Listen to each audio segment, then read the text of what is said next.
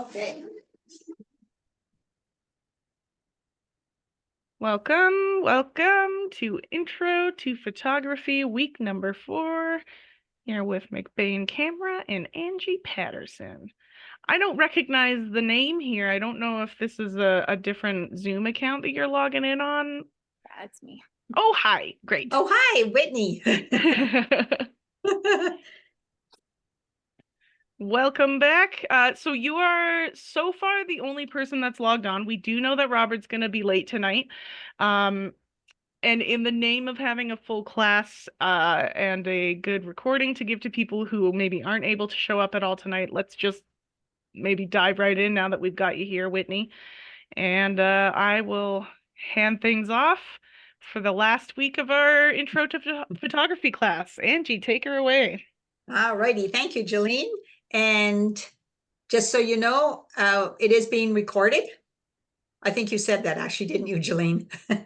All right. Not have said it out loud. It's being recorded. Yes. All right. Just so you know, Whitney. All right. Thank you for sending photos, Whitney. I did manage to get those onto my computer so we can have a look later, a little later tonight, which would be fun.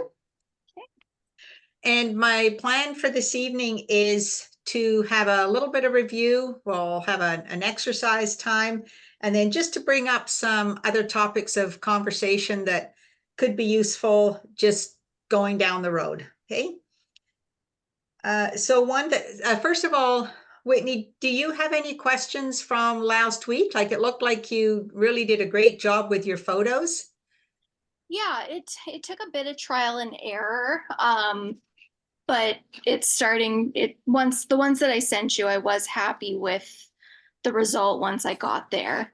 So I think that's starting to click. Okay. Yeah, and was that a sunset? That was this morning. Oh, this morning. Sunrise. Cool. Okay, sunrise. It was beautiful. Yeah. And way to grab the opportunity. Good for you. All right. Okay, so one of the things I'll just have make sure we have a look at, or a quick review. And this is about your memory card. And if you just don't mind, Whitney, if you pop your memory card out, make sure your camera's turned off. And I'm going to take mine out. And do you see where you have a number? Like, for example, if I look at mine, it has 95, then MB. I don't know if you can. Oh, yeah, mine's. See that. I don't have an MB, but I have 128 gigabyte. Okay, so that's the size of your card. So what I'm looking for or wondering about is something that would show the speed or how fast your card is. And if you're not sure, if you hold it up to your camera, we might be able to figure that out. Oh, it's an SDXC. Oh, that's the ProMaster Performance 2.0. I can find out, but I think that one's about a 60 megabytes per second. Okay. All right. And so then what it tells you when you find out that number is the higher the number. So for example, if yours turns out it's a 60 and mine's a 95, the higher the number, the faster the photos can be written or stored to the card. Okay. And you know, I noticed when I just bought a new card a couple of weeks ago, and it's, shoot, what is that? I think it's 120. Yeah, compared to my 95, or 160. I apologize, I can't remember. But it's definitely a faster card. And some of my cards I've had for quite a while, so I know that they are slower. They still serve me well. And I find even in the burst mode, where I'm just holding the shutter button down and it's just rattling off photos, it's still really sufficient and really good. But it is something just to be aware of for anyone considering the speed of the card, or the use, how you're using the card for what kind of photography. It's just helpful to know that, you know, you've got the capability to get photos quickly onto the buffer. It kind of goes through the buffer onto the memory card. And so just something to be aware of, that there is what's called a write speed to WRITE Okay. for cards. Yeah, go ahead, Jeline. Just gonna let Whitney know your card is 100 megabytes per second read speed and 50 megabytes per second write speed. So it'll be able to transfer the photos off of the card a little bit faster than it'll be able to write them. That's still a sufficient enough speed for most photos, like especially for, I think you're shooting with yeah, a Canon Rebel, so that'll be a fast enough write speed for your camera. If you're doing 4K video though, you will want a much faster card. Okay. Okay, all right, thanks for checking on that, Jeline. Right, and Whitney, can you remind me, are you shooting with a full frame sensor or crop sensor, or can you change it on your camera? How do I know? Or okay, and what kind of camera do you have again? The Rebel T7. So that's Yeah. a crop sensor. Crop sensor? Yeah. Okay. Okay. All right. So then Jeline, she won't have the issue I was talking about earlier then, right?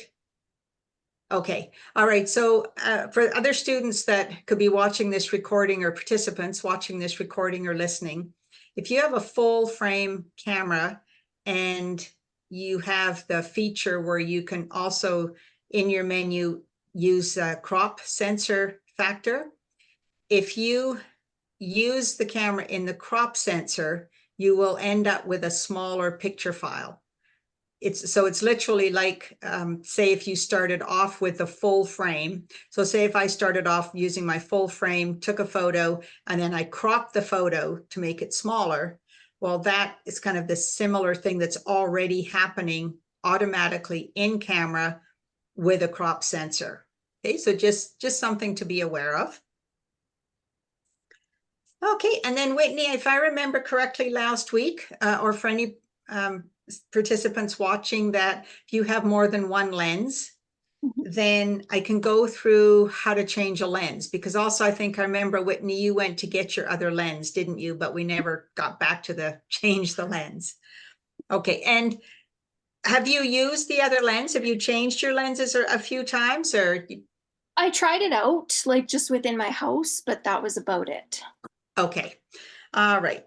So one of the things I'd like to recommend, first of all, when changing lenses is and it gets maybe a little awkward, but if you keep your camera in a little bit of a downward position, and the reason being is once the lens is off, if your camera's up this way, you've got kind of a wide open space here now. And if in a dusty environment or windy, or you got those little dust particles floating around that are hard to see, then they can just kind of plop in there and land on your camera sensor, and they're going to come up as dust spots or little gray blobs in your photos.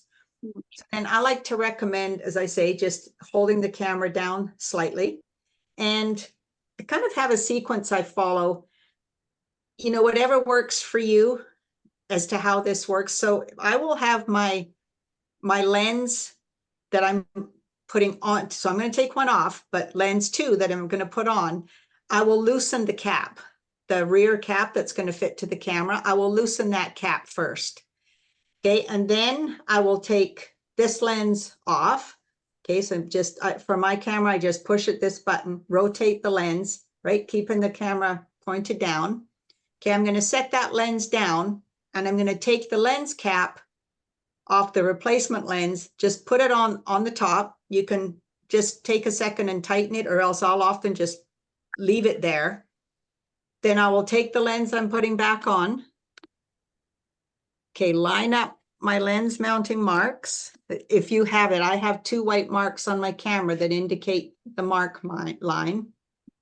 Put this lens back on, and then I'll go back and just tighten the cap on the lens I just took off. And the reason I don't take the time to tighten the lens or tighten the cap on the lens that I just removed is that I like to keep the amount of time that my lens is off the camera body just wide open to a minimum. So it just reduces the amount of movement and dust flying around, or potential that could fly around. Okay, so the key is, and if it's windy out, or depending on the elements, is do your best to, if it's windy outside, change it in your vehicle. Although kind of my joke is it might not be as dusty outside of my vehicle as it is inside. And so just kind of being aware of the environment. Yeah. Okay. All right. Now, the other thing is for numbers on the lens, right? We just have discussed that there is, when we went through the zooming, so say, for example, I have a 24 to 120 lens f4. And so now your second lens there, Whitney, what do you have for numbers on your lens? It's a 75 to 300 millimeter, Okay. 4 to 5.6. 4 to 5.6. Okay, awesome. Now, do you have either on your, it may be on your glass of your lens or on the side of your lens, a number that has just mm for millimeters anywhere? That's just the 75 to 300. Oh, I'm sorry. Okay, I wasn't clear on that. It will be just one single number. So for example, it might be a 77 millimeter, might be a 52 millimeter. I'm gonna say millimeter on yours. I think I see it on the side there, Whitney, maybe when you flashed your camera by. 58. 58, okay. So that number is, if you were to buy a filter for your camera, or you needed a replacement lens cap, some lens caps will have that, say your 58 millimeter on the inside. So mine here, oh, it's kind of hard to see, has a 77. So if you were needing, say, for example, a new lens cap, or like I said, perhaps a filter, and you weren't sure the size that you required, that would tell you that for that lens, you would need a 58 millimeter. And your other lens may be the same, or it may be different. Yeah. Okay, but that's a little clue for you about that. Yeah. All right. Okay, and so now you have your 75 to 300 on right now, correct? Yeah. Okay, perfect. So we'll just do an exercise about when you're using the zoom, and perhaps you've been you're familiar with this anyway, or you've realized this goes on, but just for everyone that would like to take the time to do this exercise, is something to be aware of in when you use the zoom on your lens, is just to remember that it's going to change the composition of your photo. So the more you zoom, the more it's going to shrink it this way and this way. Okay. And so that's going to change your composition. And then the difference between when you're taking any subject and you're thinking you would like to bring it closer to you, whether you decide to use your zoom, which is going to create a narrower field of view, or whether you stay wide angle and you walk to your subject, right? Depending on what the subject is. If you're photographing wildlife, obviously, or birds, then, a person's going to want to zoom in. But if it's, a building, people, pets, children, anything where it's obviously in a safe environment to do so, then you have the option as to whether you would like to zoom, because maybe you want that close in and you want to eliminate a lot of the surrounding area if it doesn't kind of strengthen the composition. Or so then if you want more of the scene, then do you want to walk to it? So say, for example, there's this really cool little cottage you found on vacation or something, but you also want to show the scenery and where you are.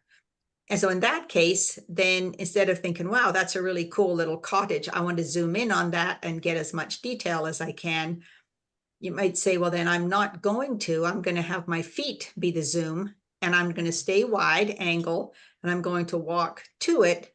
And it's actually quite amazing sometimes how close you can get to a subject, say like this, still keep it in focus and still include some of the surrounding scene to tell part of your story. Okay, so I'll just give you a couple of minutes to just, or a minute or two, I guess, to experiment with that. Just, you could pick anything, you know, in the room where you are, your house, anything you'd like to, and just take a couple of minutes to just take some photos with wide angle, walking to your subject, and then some zooming in. And then also you could mix it up as well with a horizontal or landscape angle, or flip it for a vertical portrait. Okay, and we'll just see how that goes for you. Okay, so I'll just give you a little bit of time to go ahead and do that.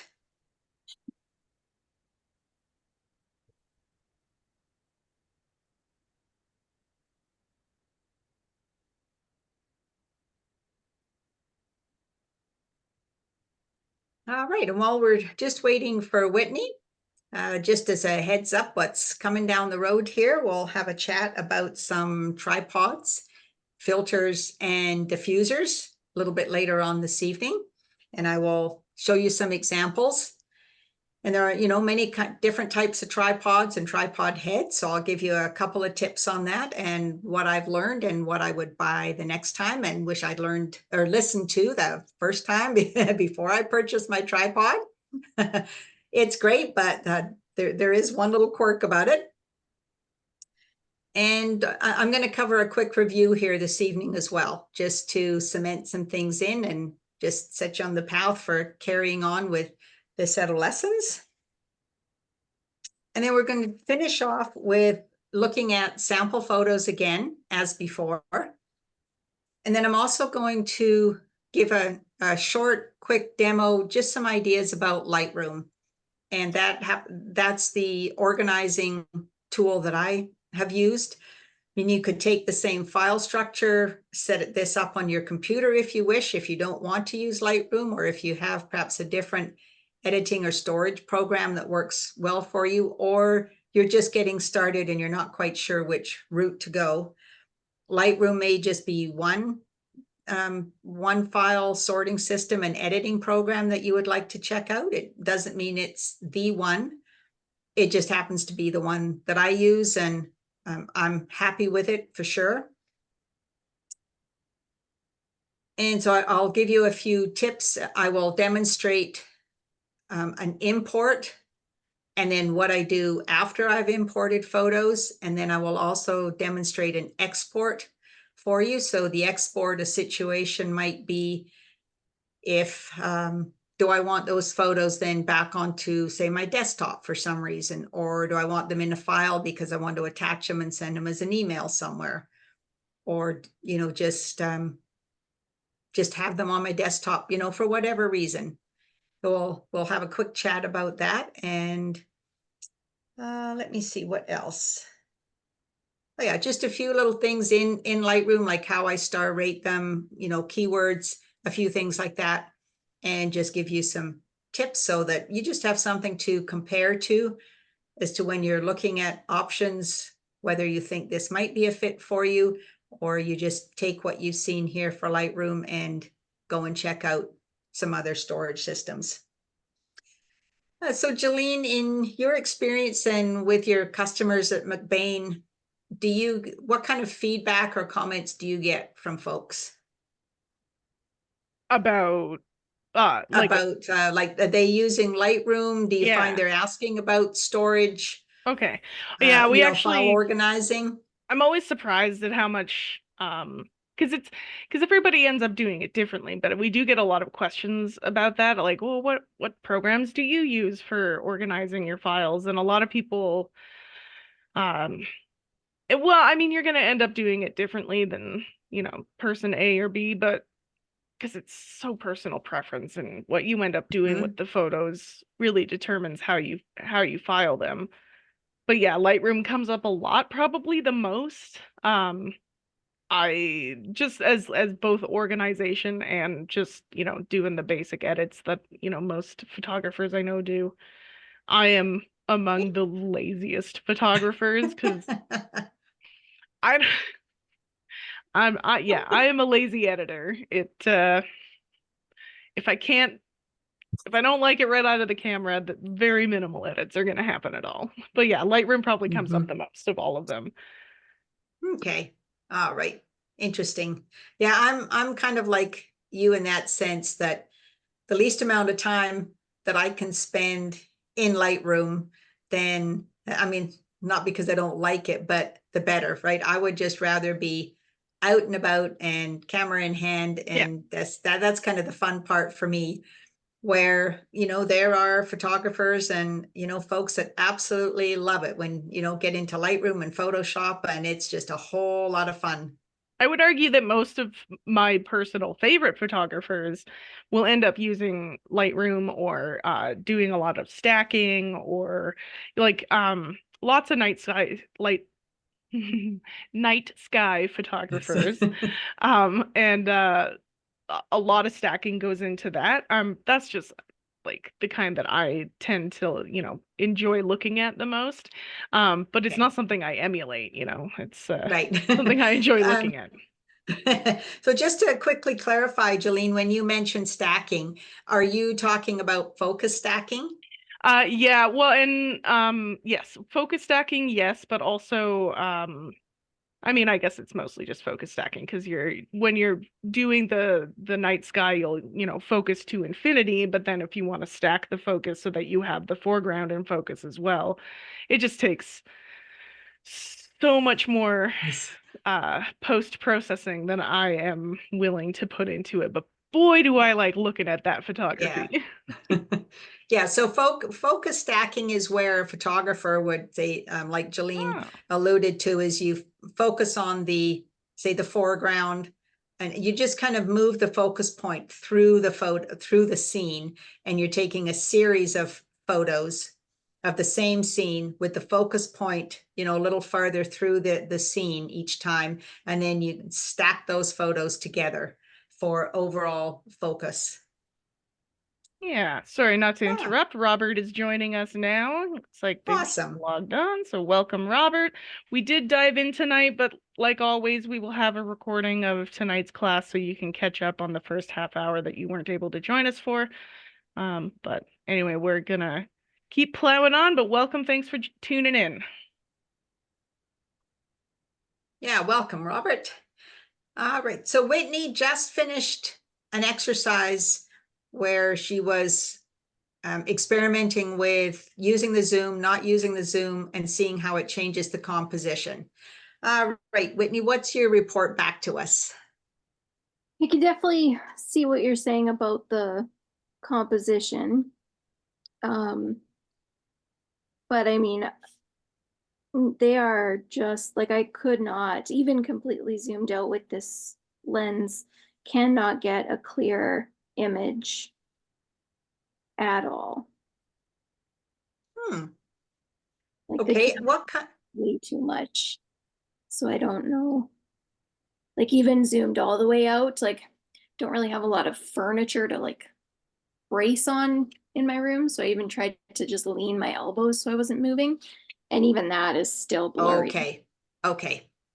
And I'm thinking you probably had somewhat of a slow shutter speed. Did you? Yeah. Or yeah, okay. Yeah. Okay, so even with your blurry photo, that being said, were you able to see enough so that you could see the difference in the composition? How using your zoom narrows the scene side to side and top to bottom. And when you're zoomed wide angle out, you can see how you can get more of the scene included in your image. Yeah. Okay. All right. Sounds great. And then, yeah, you may find that, if you want to, when it's brighter outside, you could experiment with that lens, or you could even switch back to your previous lens and repeat the exercise. Now, there was an exercise I read about, so I cannot take credit for this. I'll give credit to Brian Patterson. And it was in, I think it was a YouTube video I watched. And no, it wasn't. It was a course. Sorry. It was a course I took years ago from Brian. And one of the exercises, which I thought from a composition point of view was really intriguing, And it was just to kind of move back in a scene, find something, say it could be a tree or something to focus on, take a photo, and then you just keep moving, say 2 or 3 steps closer. And then you would take another photo, kind of almost like reference photos, and then take another one. And you just keep moving towards the subject until the camera is unable to focus anymore. And then repeat the exercise from a different point of view, right? So it could be, you say you're crouched down lower or something, or you have just a different angle. So you're not just walking to it at your natural eye height. And I found that for composition, it was really quite startling, the results. And, it's just kind of I guess, an idea or suggestion to mix up your composition. If you take photos from higher up or lower down, or just changing your angle on something, or even, I've photoed trees. I've been playing more with lying on my back and just photoing up through the branches, or, into the leaves or things, and just, or a bee on a flower. You can take it straight on or from the top, or if it's crawling around, you might be able to get it from underneath, or, pets or children, playing or running to you, for those of you that have children and pets, just different angles, and see what you get. Mhm. All right. So one thing I wanted just to review from last week, I think, when we were briefly talking about the ability to use the exposure compensation button. Okay, so you have the plus sign or the minus sign, and you can have your camera in a setting. Now, the one thing is, if you were in the manual camera setting, you very likely will not notice any difference, okay, because of just the camera being in manual. But if you are, for example, in the aperture priority mode, in fact, well, let's do this as an exercise. Okay, so let's go say to shutter speed priority. And so for this, you're just going to say, aim your camera at the subject. Any subject will be fine. And with your, let me see, you just press the button. Sorry, Jolene. I find this, not as, here we go. Yeah, so pressing that plus or minus sign, and then turning your dial to the negative side or the plus side. Okay, so one thing to be aware of is, if you aim your camera, say at a subject, you can take a photo if you like for a reference photo, and then pressing that plus minus button and turning your dial and going to the negative, so you're going to brighten your picture or lighten your picture, it will change your shutter speed. And okay, do you agree, Jolene? This is how my camera operates. It will change the shutter speed. And so if I am going to the negative side, it will slow it down. See, because it's brightening the photo. So then it has to slow the shutter speed down. So I was reading an article about this photographer who likes to use the exposure compensation. So I thought, okay, well, I don't personally use it very often. So I thought, okay, well, I'll experiment with that. So right away, I realized the one thing just to be aware of is, when you are wanting to go to the negative side or brighten your photo, it will slow down your shutter speed. So depending on the subject that you're photoing, and in this particular case, it was relating to include bird photography. But if it slows the shutter speed down, or you're kind of on the brink of almost too slow a shutter speed anyway, then you could end up with blurry photos, because using the exposure compensation, it has slowed the shutter speed down even more. So the logic behind it is to help make it easier, kind of on the fly, so to speak, to be able to quickly change your exposure but I find that it's easier for me in a different setting. Like if I want to be doing that, I will be in the manual mode or aperture priority mode. And so it's one of those things just to be aware of. And you can always check your camera manual if you'd like more information on really on how that works. But just to know that once you start playing around with that exposure compensation, then the camera is going to react. And it's just becoming familiar with how it's going to react, right? If it's going to speed up the shutter speed, but then if it does, then you're going to end up as well with a slightly darker exposure. Now, if that's not an issue to begin with, then that's going to be fine.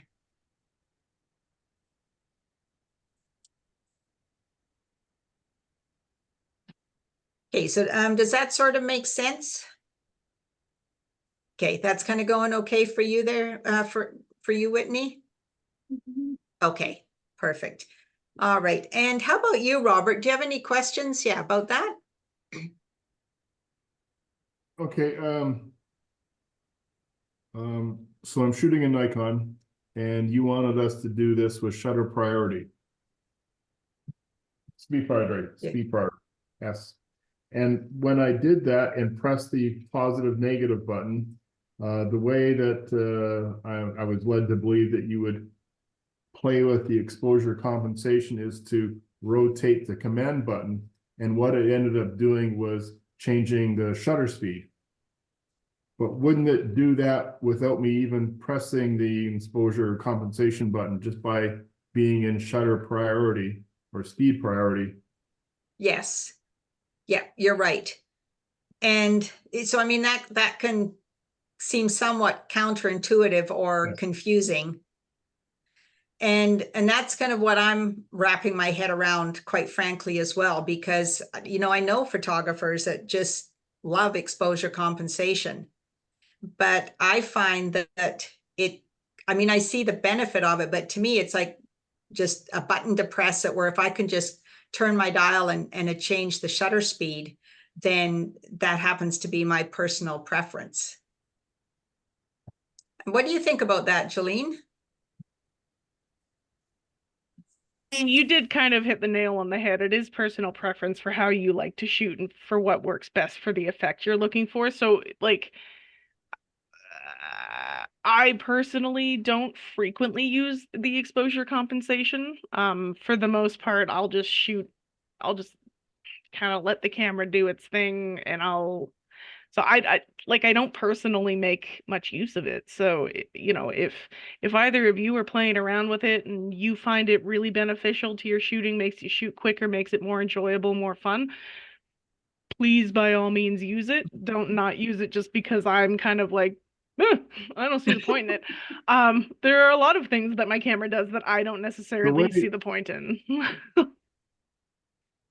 As a case in point, if I was to try and zoom in and take a picture of Jolene all by herself on this computer monitor, you have a very bright face and incredibly dark background.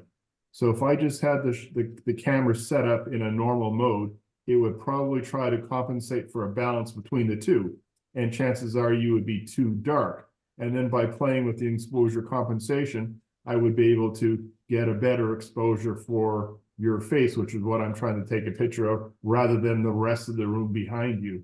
Yes, yeah, very much. And that's actually a fantastic example, use case for that, Robert. Thank you for saying that. That is. In tricky lighting situations, it can come in very handy.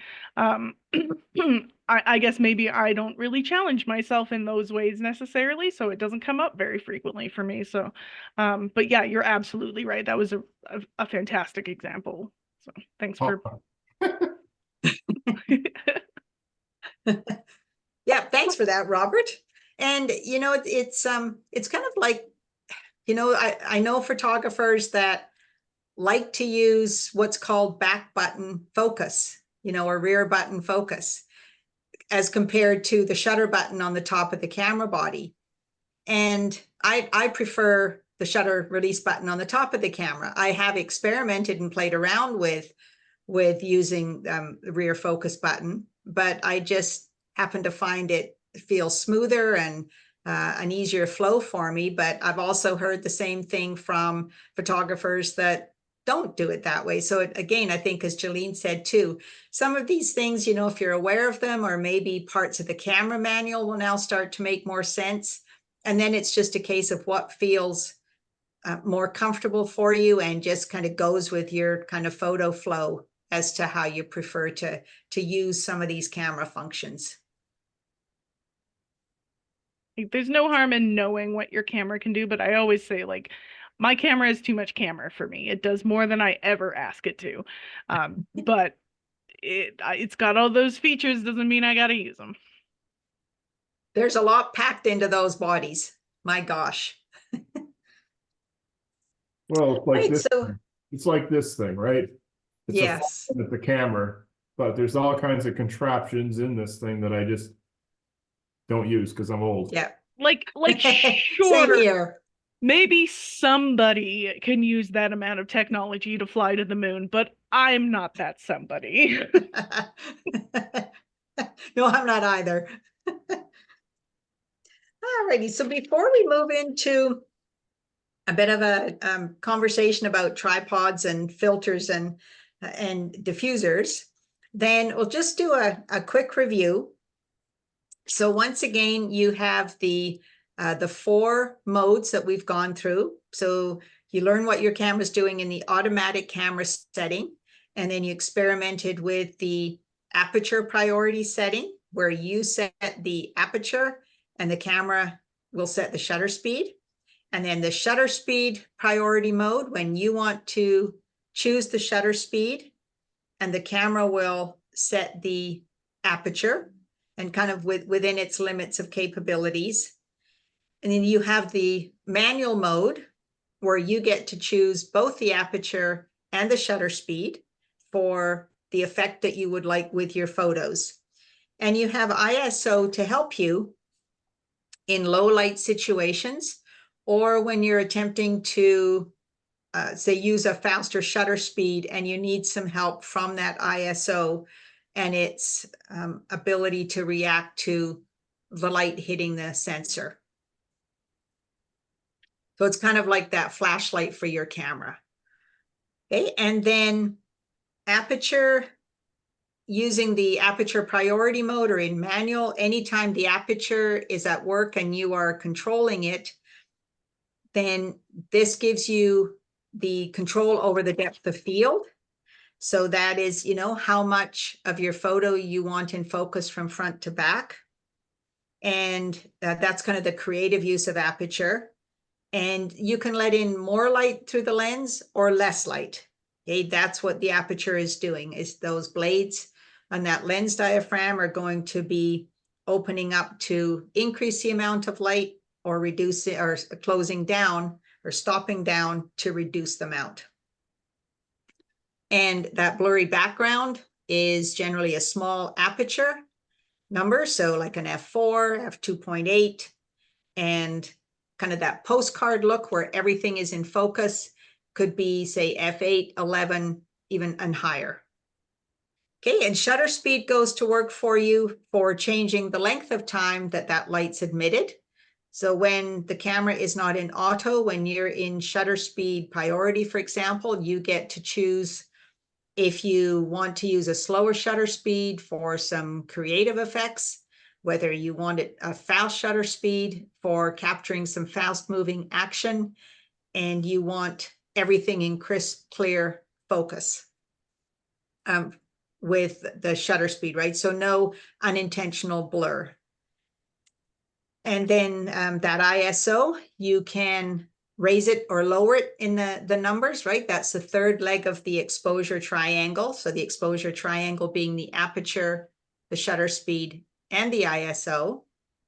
And the suggestion is lower ISO when you have lots of available light, and then just adjusting your ISO if and when you need to allow in more light, so higher numbers.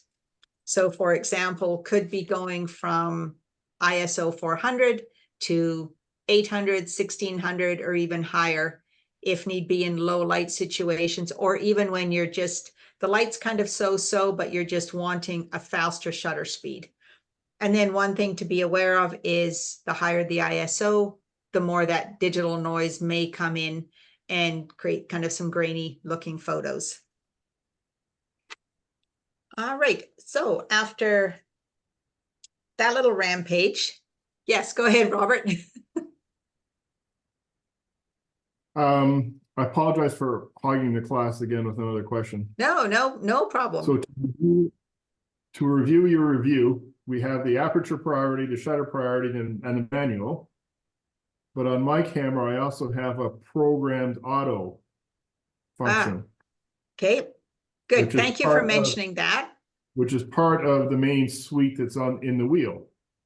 Yes. And also right beside it in green, I've got the full auto button. It would appear to me that the full auto button does the same thing as the programmed auto button. Well, almost, but it's the auto program button is a feature that allows you to shoot in auto, but you can actually override it. So you could change, say, the aperture or the priority, the aperture or the shutter speed in that mode. So it's like auto, but you can steer a bit yourself, so to speak. Okay, so if I was to use purely the green button, it's completely automatic and the camera does everything all by itself. When it's in that bracketed box as program auto, there's some user interface that I can play with. Okay, thank you for that.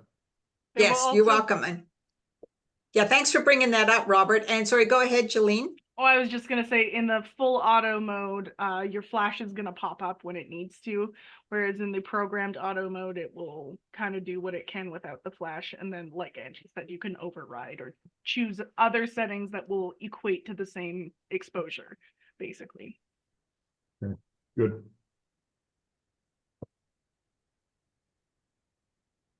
All right.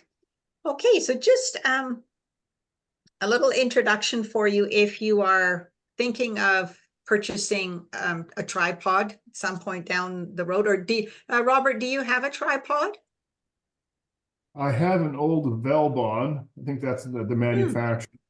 I think it's rather sturdy. I haven't used it on my current camera, but I did use it on my own older Ricoh camera, even with larger lenses, and it seemed to work fine. Okay, awesome. And how about you, Whitney? Do you have one? No. No? Okay. So one of the tips that I wish I had listened to when I bought my tripod was the suggestion that when the tripod is fully extended on its legs and you have the camera mounted to the tripod, that the camera is then like right at your eye level or even a little higher. And the reason being is if you're standing all day and just shooting at your own height or even higher, then it's going to be more comfortable. So I've been in situations where, the subject that I'm photoing, it's pretty well just standing up, just straight eye height. But when I have my camera mounted on my tripod, it's about that much lower than my eyesight. So, barely an inch.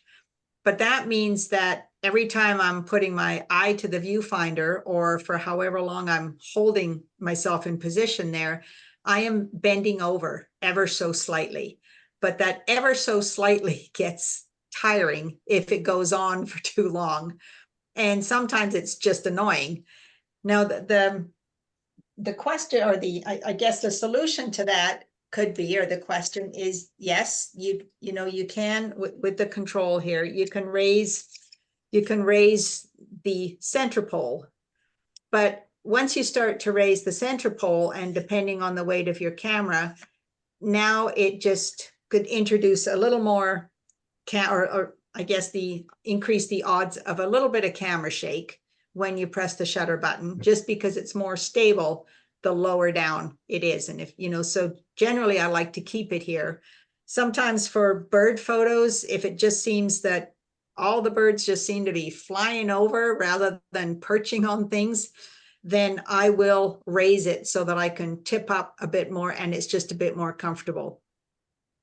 But that is one of those things that I thought, can't be that important, you know, didn't seem that big a deal when I was purchasing it, but, and I like the tripod, but that is something I wish I'd listened to. And then you can get different types of tripod heads. I started off with just what's called the pistol grip. So it's just one tripod head that comes up and it's kind of a squeeze and you could trigger and you can just rotate it.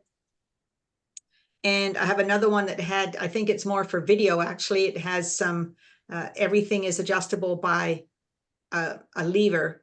So it's just a loosen and then it tilts, you know, up and down or sideways. And that's okay, but I'm finding that once I went to a bigger lens, then the adjustment arms get in my way. So then I went to this one. I don't know if you can see it here a bit. So a gimbal tripod head. And I like this one. It's just a loosened swivel here. And then this, when this is loosened, then you can swing the camera right back and forth this way. The only thing with this one I found is I didn't do some research before I purchased it to realize that you can get different gimbals that react differently to the weight of the camera and the lens. And so I have my large lens that I use with this, and I found that the plate that mounts on here sometimes will swivel on my camera. So I ended up adding a second screw to the plate underneath to hold it steady to the camera body. And that has worked really well. It's a little off center, but a slight twist to it, but it solved the issue for me often having to take it off, tighten the fixture underneath, put it back on. Okay, so different kinds of tripod heads. And sometimes in situations, I will just go simply to a monopod. So just one, literally just one piece and, you know, adjustable. So this I can get up over my head. I can get up to about this height if I want to. Just loosen here and this top piece just pivots. Really convenient, especially with not too heavy a lens. I find it's doable with my bigger lens, but it's not optimum. I have an 80 to 400 that I find it works nicely with, and anything shorter than that. And, you know, there'll be situations where maybe setting up a tripod isn't convenient.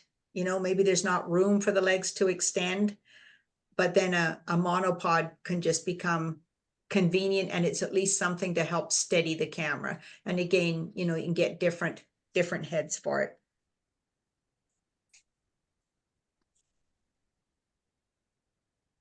Angie, Yes.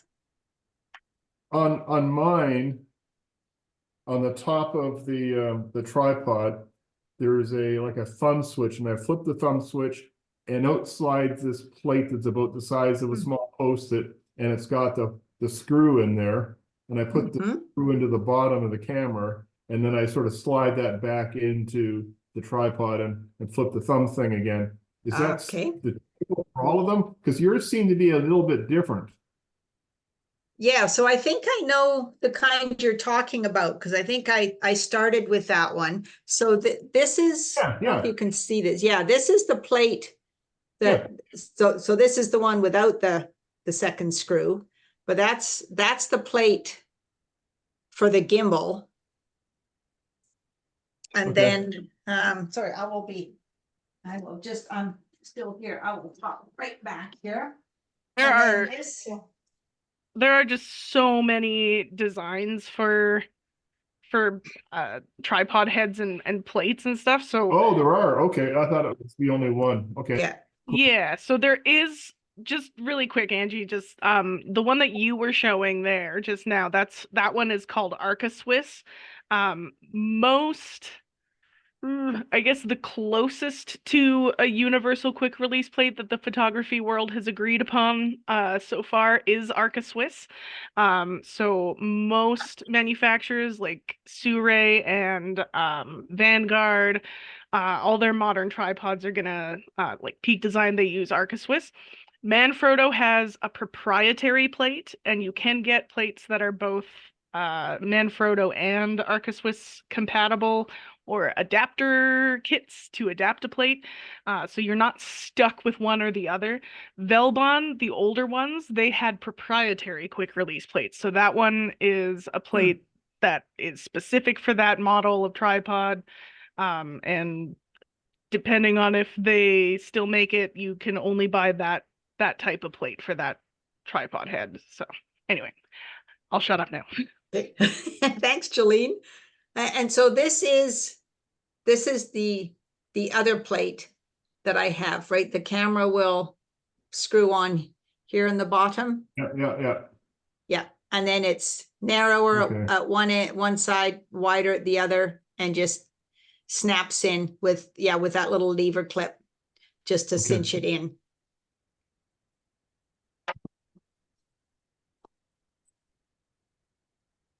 Okay, now last week, Jolene touched on filters, and we talked about, if you have, say, for example, maybe a gray sky and you have a darker landscape, then, is there a way to use filters to help balance that out?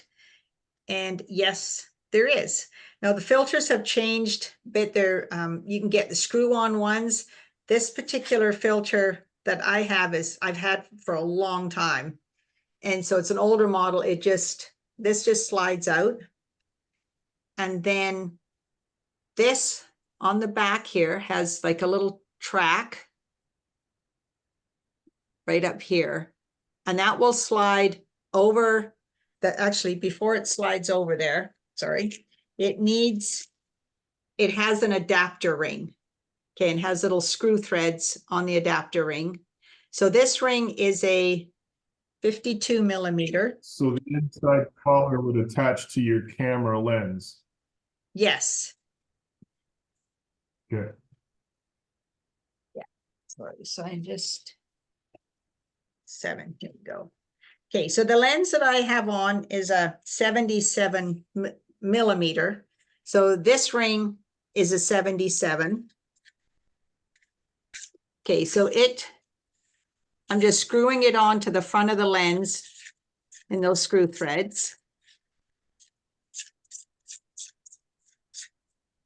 There we go. Okay. Okay, and then this will slide over that adapter. Okay, and now it's sitting on the lens. Okay, and so now if I take, okay, so for example, this just happens to be a Koken filter. And so I'll show you what this looks like. Okay, and so if you can see that, there's a darker side to it and a brighter side. Okay, so I have the darker side. I'm going to put this in. Now slide that into that adapter so that the darker half of this, okay, and then you can see we've got the lighter side at the bottom.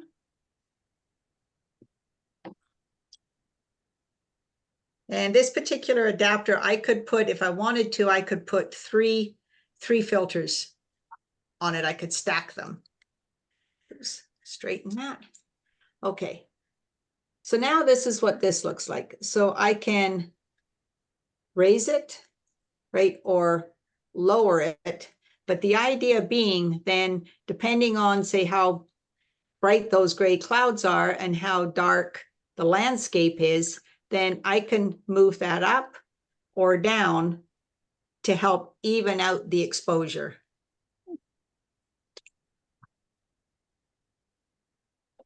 And you can get a multitude of these and just all kinds of, whether it's some creative filters, filters like this, just ones that have, this one is, so this one's called a neutral gray, neutral density 4.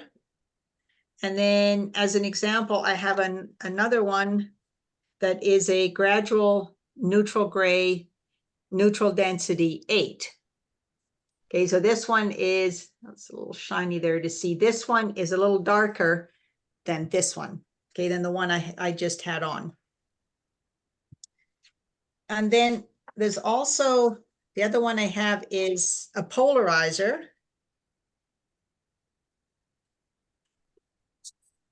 Polarizers are my Okay. favorite filters. The polarizer. Oh yeah, they're my favorite. And all right, this one. Okay, well, I'm putting this one on. Jolene, would you like to share why it's your favorite one?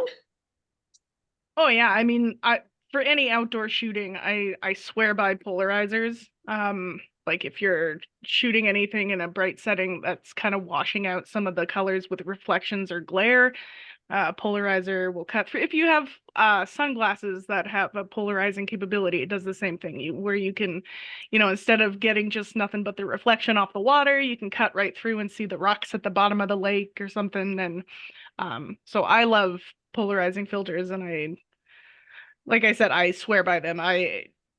Even if I don't protect my lens, which I should with a UV filter, I will almost always slap a polarizer on it because I almost always do outdoor shooting if I'm not doing it studio. So I will. Polarizers, they make colors pop brighter. They cut through glare and reflection. Yeah, try one out if you've never played with one before for outdoor shooting. They are lovely. Yeah, and like say streams and water, right? I'll often read that photographers will be using polarizers, right, for those kind of, if there's kind of that scene of leaves in the stream, it'll just help pop those Yep. colors. Yep.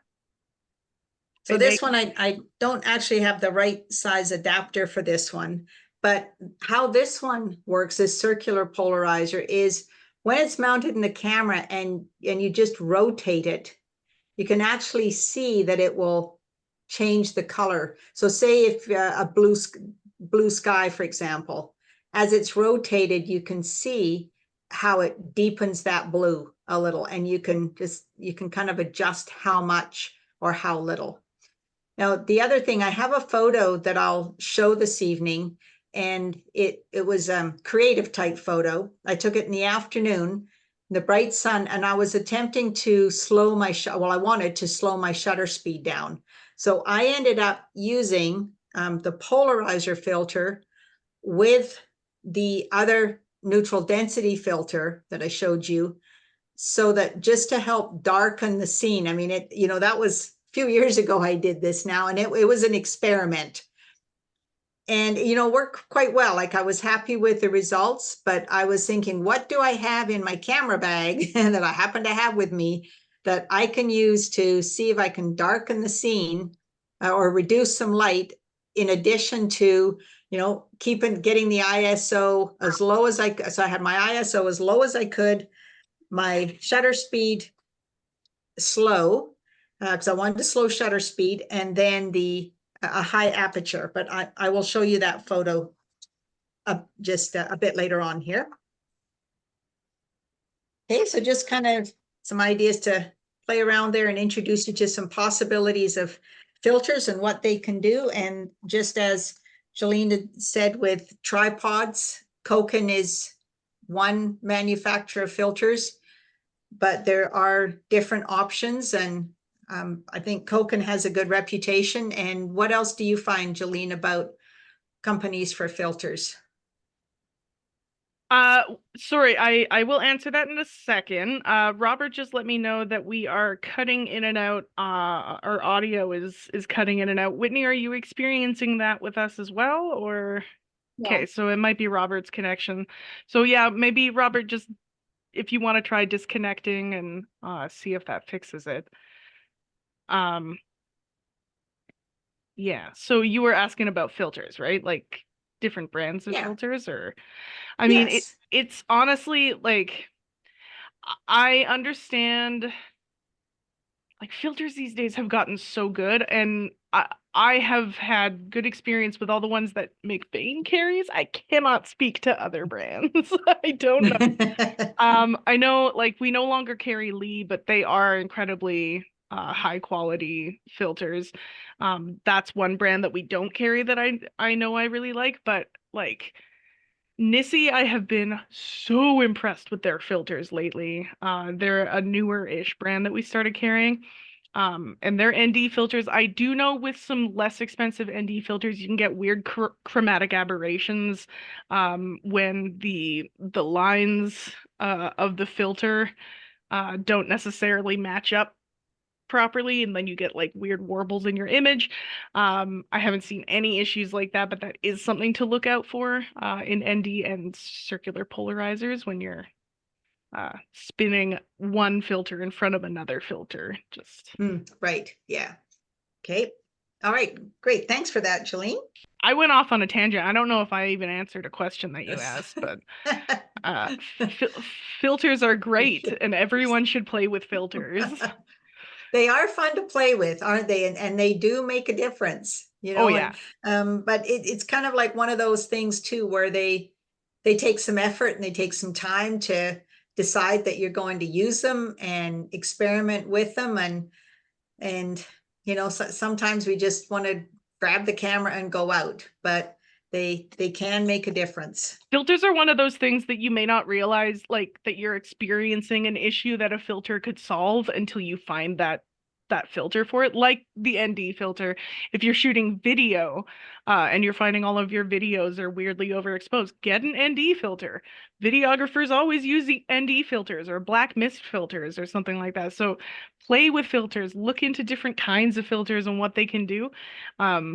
But yeah, I feel like I say this every week. Play with your stuff. Play with all of your Right. gear. It's fun, and that's how you're going to learn it. Yes. Yeah. Wise words there, Jolene.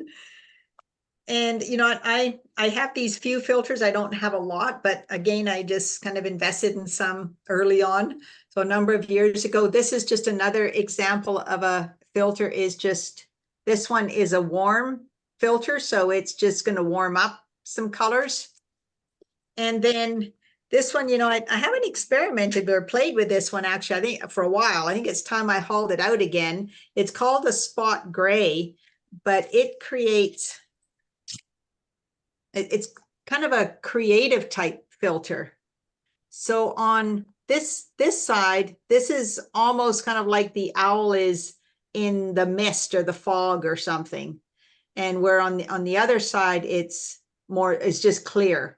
So it's just kind of creative. I experimented with this actually with horse photos years ago. And so, yeah, tons of filters, tons of options, lots of shiny objects, and just something to be aware of.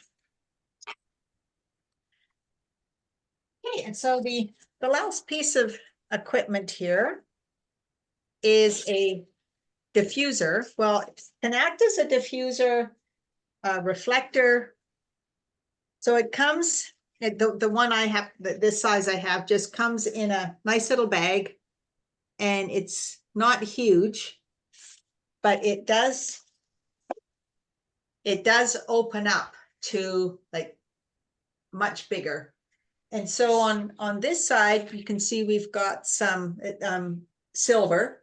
So this would be an example where if you needed to reflect some light, you can kind of get light to hit it and bounce it onto your subject or under your subject or over. And, you know, before I invested in this, like the first workshop I took when I went to the Canadian Rocky Mountains for that flower workshop, I didn't have a diffuser or a reflector. I didn't even know what it was back then. The instructor had one, but what we did, or the participants, what we all did is, because we didn't have one, is I literally used, I think I found an ice cream bucket lid, and I covered it in tin foil. And so, you know, we're able to use that. And a piece of paper can work well too. I was another workshop that I took locally here from There was a fellow showing us portraits. And so he had one of the participants sitting beside a picture window.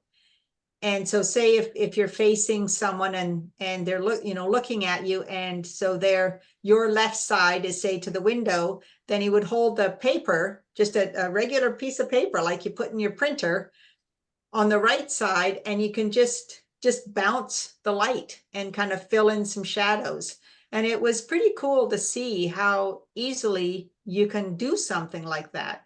I mean, it's fun to have these photography designed ones, but in a pinch, or if you're just wanting to be economical to begin with, there are ways to make them yourself. Okay, so then also inside this one, I just unzip this. And also I have, like, on the other inside of this one is gold. So then I can also flip it kind of inside out and use a gold as a reflector if I wanted to.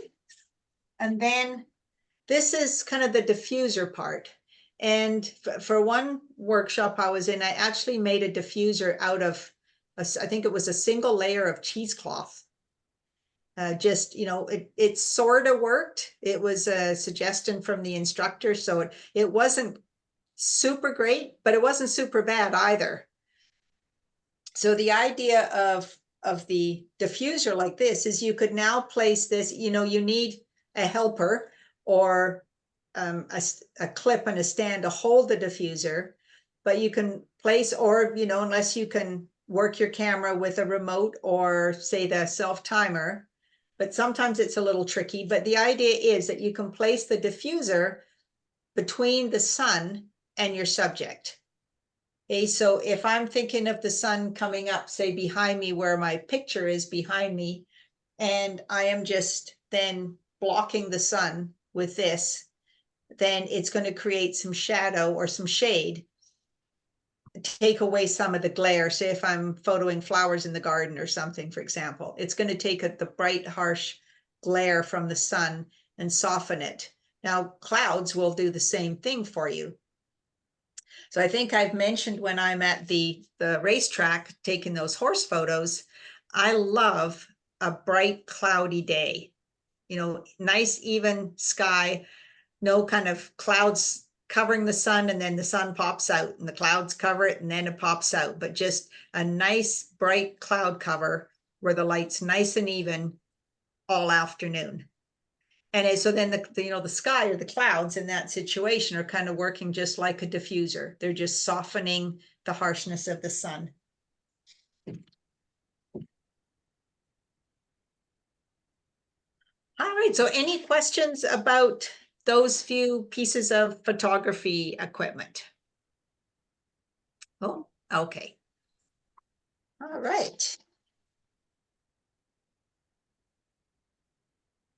Okay, let me just check quickly. I haven't missed anything here. Okay, just before we get into Lightroom here, I just wanted to make a quick note here for composition, because I don't have an example. But for composition, if you are in the situation where you're ever taking photos of a group of people, then one of the tips is if you have, say, 2 or 3 rows of people, is to have the second row kind of what's called in the gap. So in other words, people aren't placed head on head, right? One behind the other. So if you can stagger them, so the person, say, in the second row behind would be in between kind of the shoulders of the person in front of them. Okay, so that if when I'm photoing groups at these the horse racing, right, when it's over and everyone who wants to comes into the winner's circle, sometimes there's a lot of people in there. And so then the first thing I'll say is, because I'm trying to organize a lot of people while watching for the horse coming in, is if you are looking at the back of someone's head or the head of the person in front of you, then take a step, half a step one way or the other, so that you're kind of in between. So you end up kind of with the rows staggered. And then that, gives you a better opportunity to see everyone. And it also creates a more interesting composition as well than just, people right behind the other, right? They're just off center like this, and then you've got the next person over here. There was a photographer whose book I was reading years ago. Unfortunately can't give him credit because I can't remember who it was, but I've remembered his phrase, and he referred to it as totem polling, where it's just like one behind the other. And kind of how he came up with that phrase, I'm not sure, but it's one that just stuck with me, and as a reminder to just stagger your people, as when you can and when possible, but just as a composition tip for groups of people. Okay, Jolene, I think that is it, to see if we can go find Lightroom on a screen share. Let's give it a go. Oh, your cat joined you, Whitney. I just see his ears. He looks a really cool color. All right. Aw, that's awesome. Okay, here we go. All right. Can you see that, Jolene? Can you see my Lightroom screen? I can. It is. Yeah, there we go. Yes, I can. Okay, and it's all in thumbnail right now, right? It certainly is. Okay. All right. So I have my memory card here ready to go.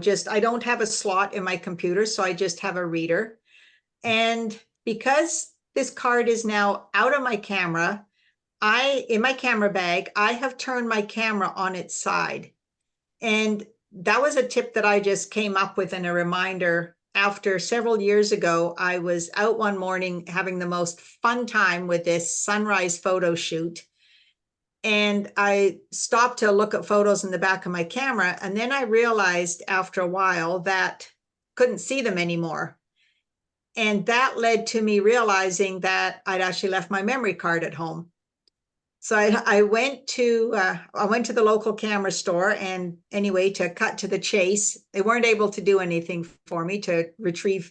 They weren't able to get the photos. They said if I had not looked in playback, then they probably could have. They would have been stored in the camera memory. But because I'd gone and looked at them on my particular camera in playback, they were gone. So I thought, okay, I need a system then to just remember that I may have a card in my computer still, and don't, just remember how to leave home with the card. So this works for me. Is I currently, as I said, have my camera tipped on its side, and I'll do that as well when I have a memory card out of it, or when I take the battery out to charge it. And that's just a little reminder for me that I need to check and put the card back in, a battery, or both. Okay, so I'm just pop this in. Okay, so now this different screen is going to come up because I'm now into the import mode.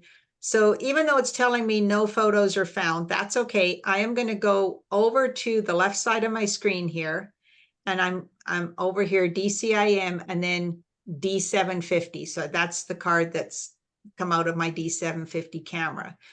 Now up here on the top left side, you can also see from. So if I click on this arrow, I can bring the photos in from a different place, which I can show you after as well.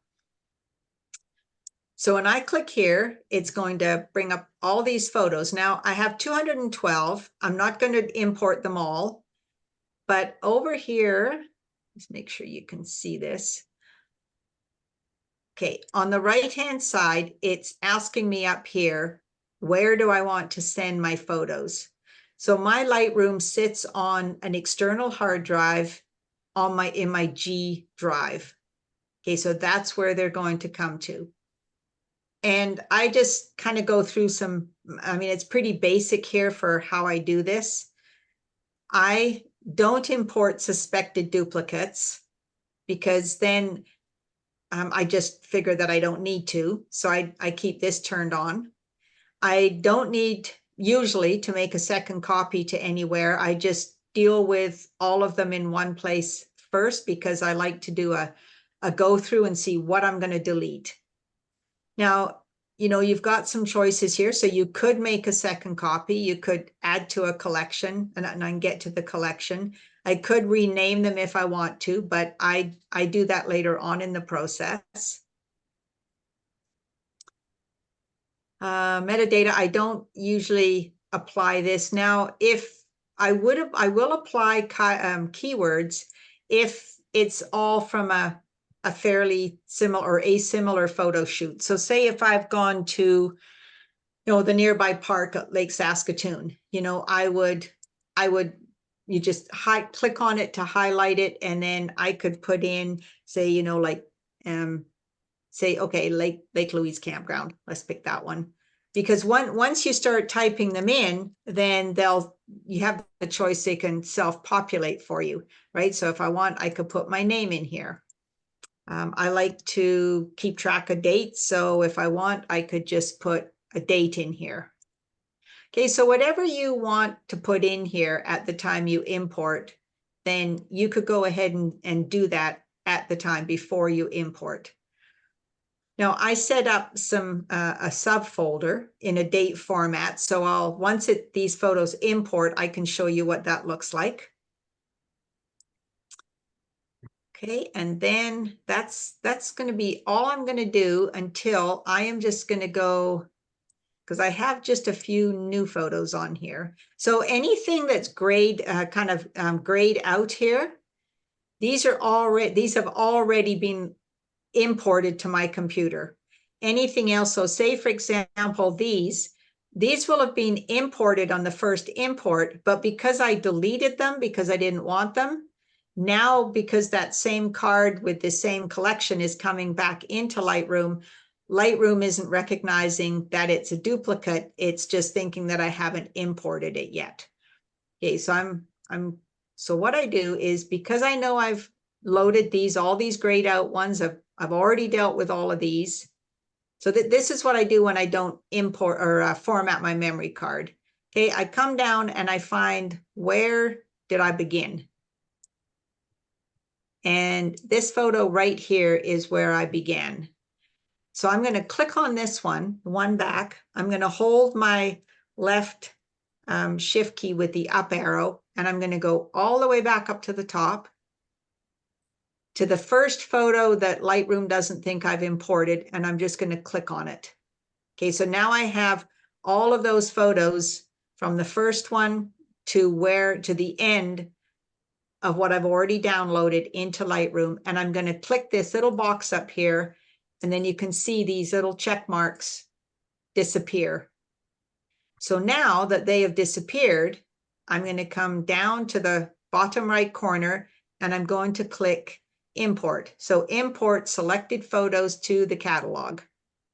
So if I were to scroll back down here, now I'm going to see these photos to import. Okay, and actually I probably don't need to take our time to import all of those. We'll just import a few here. Okay, so I'm just going to say no to those as well, and we'll just import the last few. So with this now, because it's only a few, if I want, I could say, that's not a canola bloom. I could just say, you know, canola field, and I could say winter, or, you know, whatever you want. Okay, so then I'm just going to hit the import button. And now back up here, so now it's working up at the top here. It's going to import these 4 photos. And because of the import structure that I have, this little collection here with all these dates in 2023, these are all the ones that I still need to go, and I've gone through them several times, but I need to go through them again, organize them, and I'm giving myself until February to clean this up, because these are lingering photos, and March is approaching, and that means the geese are back, and I'm going to be starting this all over again. I want to make sure that I'm cleaned up and caught up. So now, because it's in date format, if I clicked here, so this is kind of like a holding pattern, if you will. If I click here, oh, wait a minute, where did they go? Huh. Oh, that's right. Okay. I was momentarily confused. They went here because I took them yesterday. So January 30th. Now here, these are Whitney's photos because I imported them into here today. Because I'm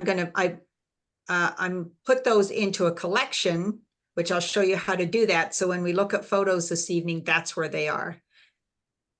Okay, so this actually brought in more than I thought because I guess I missed a few.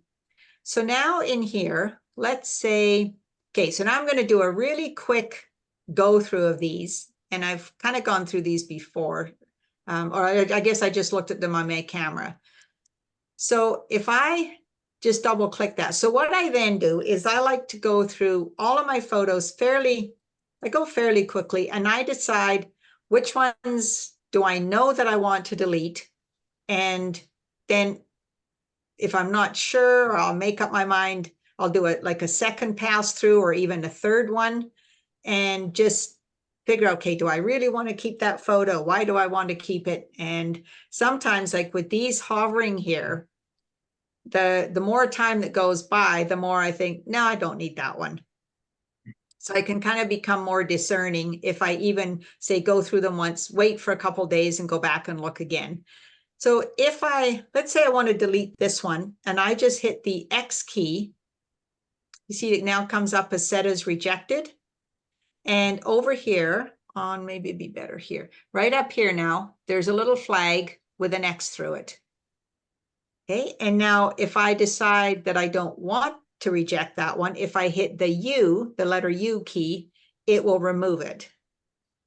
Okay, and so now because I can, let me see, what do I have in here? Because I can do this again. Okay, I will just show you here. So if I go, let's say I go X, no, I don't want that one. Okay, hang on, I don't want that one. Let's say, oh, I'll keep that one. I don't want that one. And I don't want that one or that one. And let's say I've gone through a few and said, no, I don't want them. So now I can delete those in a batch. So if I go up here to attribute and click on attribute and click on this flag at the end here, it will now tell me here, and this is something I've learned you have to make sure you see, is so no filter and rejected photos. Okay, so now if I click on the first one, hold the shift or the top arrow key down, that will highlight them all. Right click, go down here to remove photos, and then it will say remove 6 photos from Lightroom. Now, what I will often do is if that said 34 or 27, let's say, if I go back and look over here in my file, I have 34 photos. So if that number seemed a little higher than I expected, I will just go back over here and have a look, because I have been caught once or twice where something is, I haven't just quite paid attention to something and I've just deleted the whole set. So then I've had to go back and do this again, start again. But now when you're here, you can say you can delete from disk. So that's going to move the selected photos on your computer to the Explorer's recycle bin, or just remove them from Lightroom, or I can cancel. Okay, so if I said delete from disk, that is going to get rid of those photos. They won't be on my computer and they are my drive, and they will not be in Lightroom. So I'm just going to cancel that, actually, because I will keep these on here. I'm just going to highlight all of these again, and I'm going to click. The other thing that happens is after if I were to delete those, then the screen in the middle would be grayed out and it would say, well, let's do one so I can see here for you what it says. Let's delete this one. Okay, so got this. So I'm going to delete, remove the photo, delete from the disk. No photos match the filter. Okay, and that's because up here, this rejected filter is still on. So if I just click on that, it will bring back the photos that before I chose the ones to remove. So one thing I find extremely convenient with Lightroom is just using that X key to tag any photos that I know for sure that I don't want to keep. And then I can delete them in a batch, and it's super quick. Okay, so now from here, depending on how detailed I want to get, so I won't spend a lot of time here for you, but just to give you an idea is, let's say if I wanted now, I could do control, I could go say from here to, where was I? Here. And I can scroll up. And in the keywords, I could add like Lake Saskatoon Provincial Park. Or as you can see, I've already put the date. I've added weather because I kind of I like to take photos of just reference, see what the weather's doing. You know, so anything you want, you could put in there. I could also go up here to library and say rename photos. So you have a drop down here. And so you can choose what you want to use for naming. I like to go custom name, still keeping the original file number. Okay, so that's what I have here. So now I'm going to keep my name in the headline. And I could then just go, and I usually go all lowercase. So I could go, let's just call it Lake for short. I would usually go Saskatoon Island Provincial Park, but we'll just call it a lake. Just hit OK. And now all of these photos here now say lake with my name. Okay, so this also helps when I am looking for a photo. So let's say if I go here and I go to all photos and I go up here and hit text. So any searchable field, okay, and then contains. So I'm just going to say contains all, and I type in here lake. Now it's going to bring up anything that I have. So I've got a whole whack of them in here, okay, that I've identified with, included the word lake, okay, and here they are. So I find that that's kind of it's a nice tool when I take the time to name them and do the keywords to be able to find photos. Okay, and then my file structure, once I get past these, okay, so my main ones here would be, say, animals, wildlife. Okay, so animals and wildlife is my main folder. And then I have all these subfolders. Okay, so in here, I would just have a fox. And in here, you know, I just have my beavers or whatever the animal happens to be. Okay, I can click on this arrow here to shorten that up so it doesn't take up so much room coming down the side. Okay, birds is my other one. This friend of mine was saying when she was setting up her Lightroom, the one thing she kind of wished is that she would have taken the time to set sub folders. And so I just found, you know, anytime I find a new bird or photo a new bird, it gets added in here. So say if I go to birds and I right click and I just say create a folder inside birds, and I could name it, say, you know, whatever, you know, woodpecker, or, you know, I have blue jay, but you can name it blue jay, right? Whatever you want to name it. And it will just, if I named that, then it would just pop in here. Okay, and then my other, I have, you know, different categories. My other main category is landscapes, and same thing, you know, and it kind of depends. Like some people will organize their photos date based. I like to organize mine what the subject is, because I find I can't always, you know, some days I don't have a clue when I took it. So that's just what works for me. So if I come back up here, so now in my import today, okay, we have these. So let's see, actually, hang on. I'm going to go down here to Whitney's photos. Okay, so I imported these today. So when Whitney sent these to me, I put them onto my desktop and created a folder. And then when I went to import, so when I went to import, I went up here, select the source, and I went up at the top here to my desktop. Now it's going to bring up all these folders I have on my desktop. So then I went down to Whitney, and now it's telling me here that I've already imported these. But on my first import, these were not grayed out. And so I just said, yep, import. Okay, so that's what, when you're not dealing with the card, you can just get them from pictures from wherever they are. Okay, so I'm just going to cancel that. Okay, so here are Whitney's. So now if these were like sunrise photos, right, I would highlight them all, and I would say go down to my landscape, and I would drag them into sunrise. And I could name them, you know, sunrise and whatever else. But I went down here into collections. And collections allows you to add photos to collections in multiple places.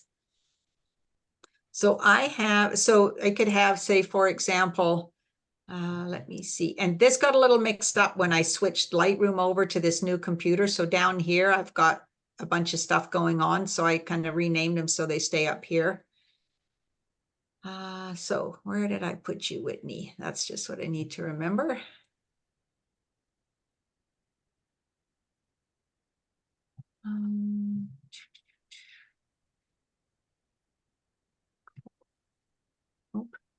Because now I got to remember where I put them for tonight. Sorry, one sec here. This is not supposed to happen. Here we go. Okay, so I put them up here. And so then if I go back up here and find those 4 photos, come back down here. So now here's a collection folder that I created. So you may not see this number change because I did this earlier, I believe. So I'm going to highlight them all, grab the first one, and I'm going to drag it down into here. And when you see kind of like these folders like this lining up, if you see this, then it won't go into the McBain, but it'll go into the week 4. It's like it needs to go into the subfolder, and just let go. If I hadn't done this already, it would have gone from 26 to 34. Okay, and then, so these would now be in sunrise, landscapes and sunrise folder. And now, because I wanted to reference them for tonight, or whatever reason you want to reference photos, you can create as many folders and subfolders as you want. So I could have these 4 photos, say, down here. What is aperture? I could put them up here, you know, wherever they fit, or I could create a different category. They will duplicate. Okay, so now if we go here are Whitney's 4 photos. Okay, and now if I want to, I can say drag, pick this one up and just pull it up here. And you can see this black line that shows up. I could just pop it right there. Okay, so I can organize into here. I don't usually do this, because I go with the image number will be a sequence for me anyway. But just for ease of going through the photos tonight, then I've organized them so that we can see them in order here. Okay, so now I'm going to click on this one. And okay, so we'll go through these. So here. Okay, so I'll make this fairly quick here. So for the information for Whitney, so this one, hopefully I've got them in the right order here, was F5.6. Now, I had a little trouble downloading these, so Whitney was kind enough to send them to me again. But in the meantime, I just took screenshots with my phone and loaded them in here. Otherwise, what you would see here, so on the right-hand side here, so you can also set all this information. And so here it's telling me this is, yeah, so this is reading it off my phone, I think, because if I go, say, to this photo is telling me the Nikon D750, And here are my camera settings at a glance. Okay, so this one, hopefully I have these right at f5.6, 1/125th of a second. And if you see that this is wrong, Whitney, please feel free to just shout out. And ISO is 100 for all of them. Okay, 1/125th. Okay, now this one is f11 at 1/30th. So Whitney, am I correct? These were the two where you were using equivalent exposure, I believe. Am I right? Yes. Okay, awesome. So you can see here that there's very little difference between the two. And what you can also do is we could highlight both photos, hit the letter C, and you can see that there's very little difference between the two. Okay, and then we'll let you choose one. Or you can, I usually just click on here, get to another one. Okay, and then this one was f4. And so was the next one of Whitney. So this is f4 at 1/160th of a second and at 1/30th of a second. A great difference there, Whitney. Mm-hmm. Okay, can see the obvious difference. Only thing that changed was the shutter speed to a slower shutter speed. Okay, good. Thanks for sending those, Whitney. And good job there. Okay, so I popped this in. It's not the best photo, but just to show you, here are the blades inside, well, inside this particular lens that I photoed, right? And it's when you're adjusting the aperture, that's what's changing here. These overlapping blades are opening and closing.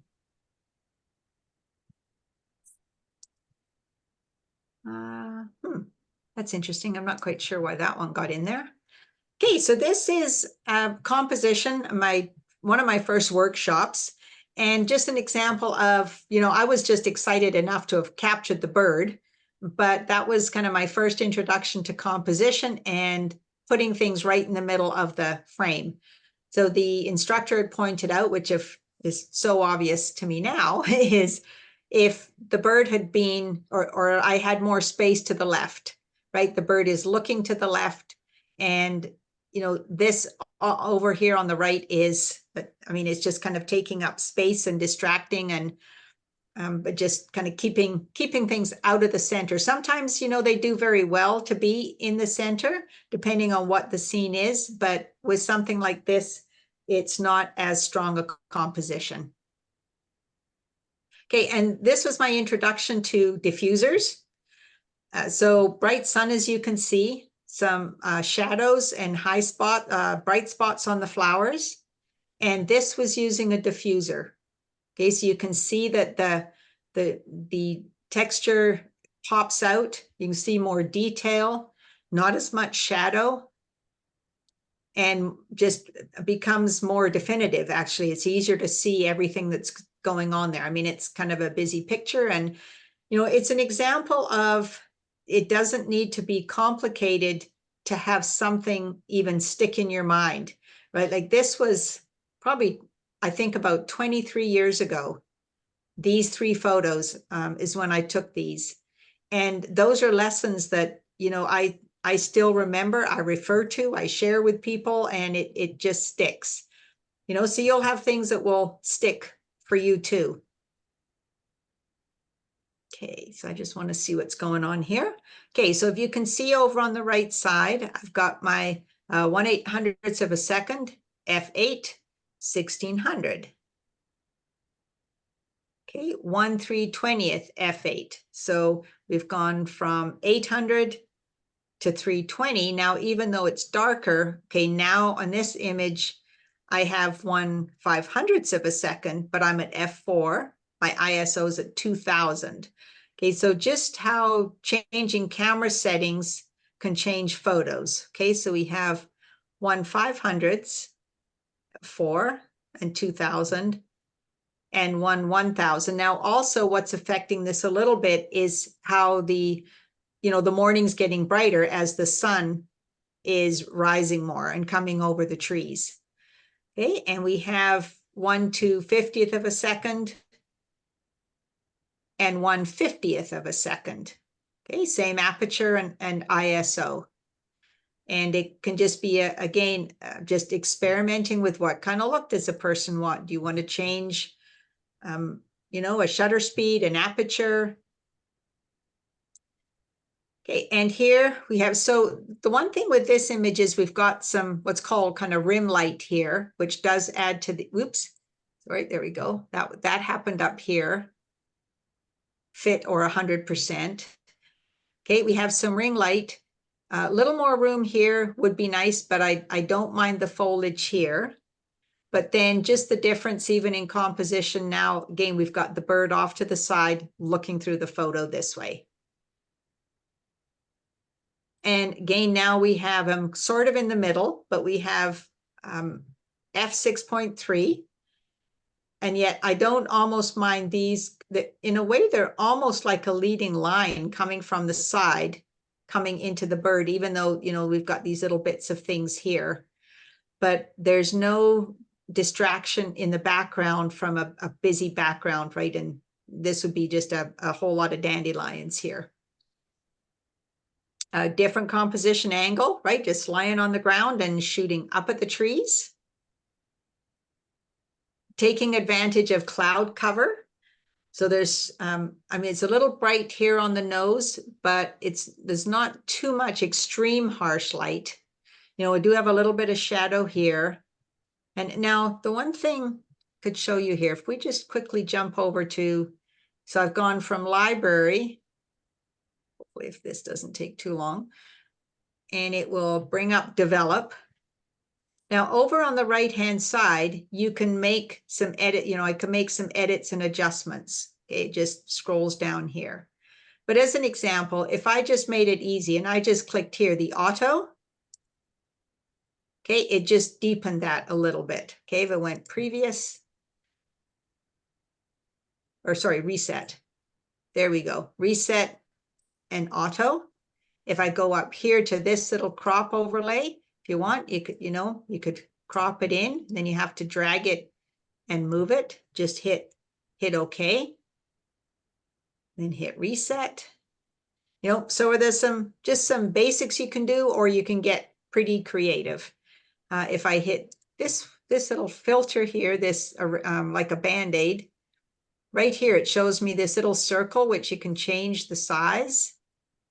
If I just went like this, if I hovered right over there and hit the OK and done, that's gone. Okay, just a little bud there. Okay, so you can do some cool things there. Okay, so then just a quick example of a difference between the next one is showing a bit of the human element. And I feel that these rocks are a little bit blocky. Now, if I hit auto here, you could see how that's going to change that. And then we've just added a bench just for a little bit of a kind of the human element. And then I'm not super fussed about this or this. So that is something that could be dealt with in editing.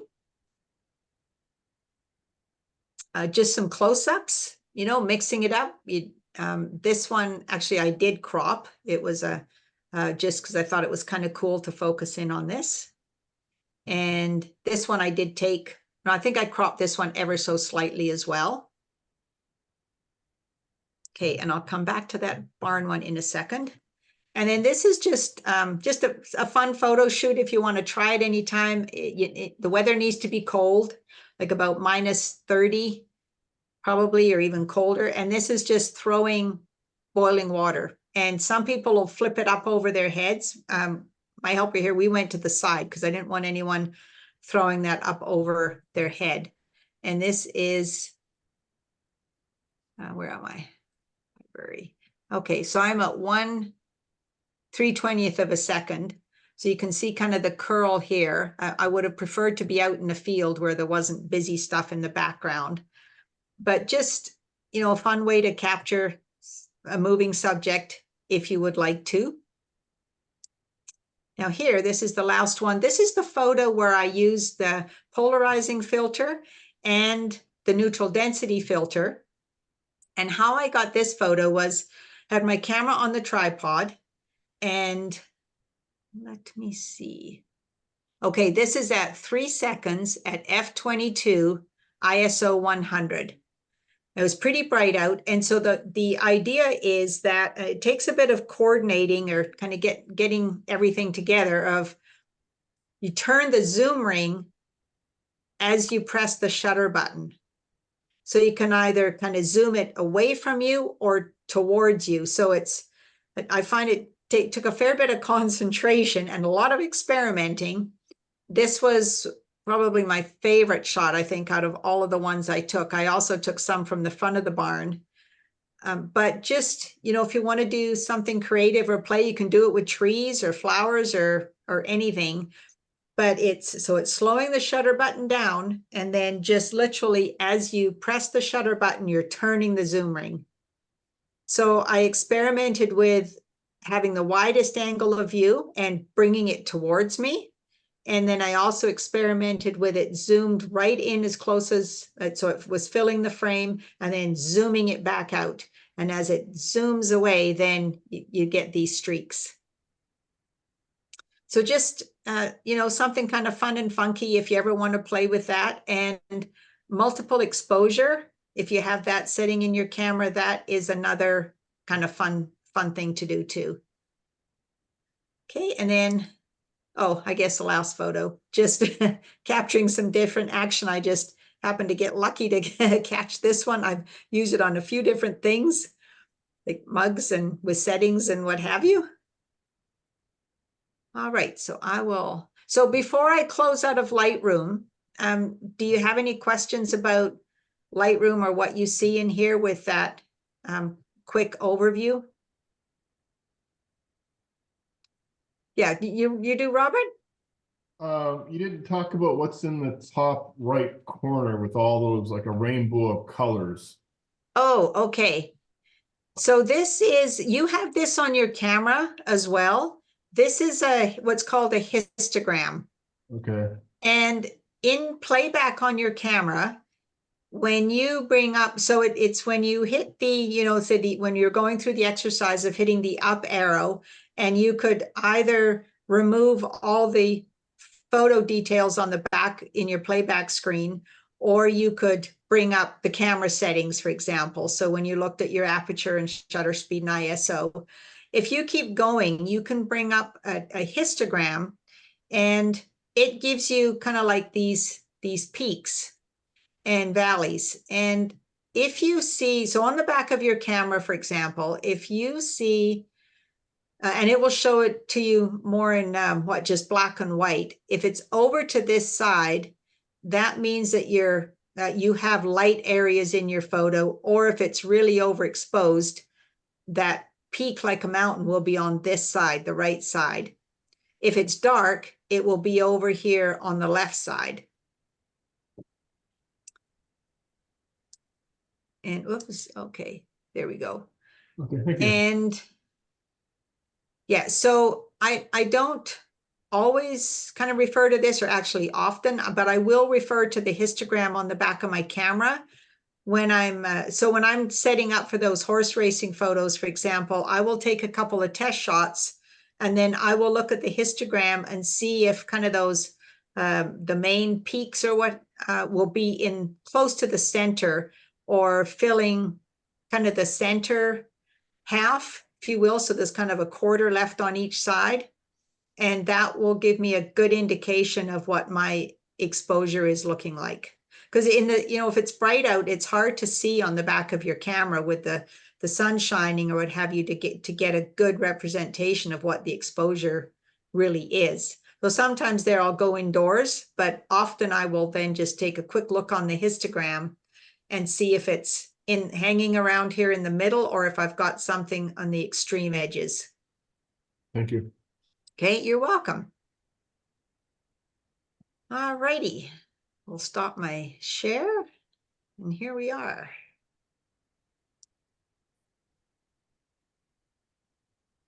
So I know that was maybe kind of a lot for the overview. There are some things about Lightroom that still mystify me a bit.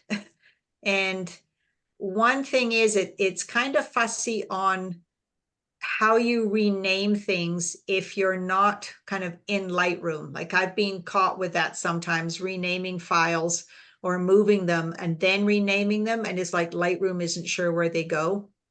And I admit that I actually contact a friend of mine and get some help with that. Because it's sometimes I can find the files and other times it's just, I'm not sure where they went.